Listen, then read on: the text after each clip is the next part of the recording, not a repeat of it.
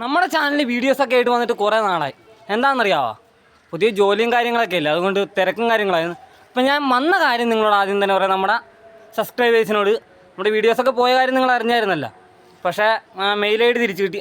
ഇപ്പോൾ വന്ന കാര്യം എന്ന് പറഞ്ഞാൽ ഏപ്രിൽ 21 മുതൽ മെയ് 4 വരെ കോക്കമംഗലം സെൻറ് തോമസ് ചർച്ച് തോമാസ്ലിയാടി വിശുദ്ധ തോമാസ്ലിയാടി സ്പർശനമേറ്റ നമ്മുടെ കോക്കമംഗലത്ത് ആഘോഷമായ പെരുന്നാൾ നടക്കുകയാണ്.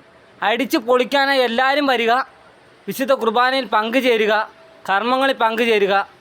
പക്ഷേ നമ്മുടെ മാർപ്പാപ്പ മരിച്ചതുകൊണ്ട് ആഘോഷങ്ങൾ കുറച്ച് കുറവാണ്. കുറേ പരിപാടികളും കാര്യങ്ങളും ഉണ്ടായിരുന്നു, ഒക്കെ മാറ്റി വെച്ചു. എന്നാലും വിശുദ്ധ തോമാസ്ലിയായുടെ അനുഗ്രഹം വന്ന് നിങ്ങളെല്ലാവരും വാങ്ങിക്കുക.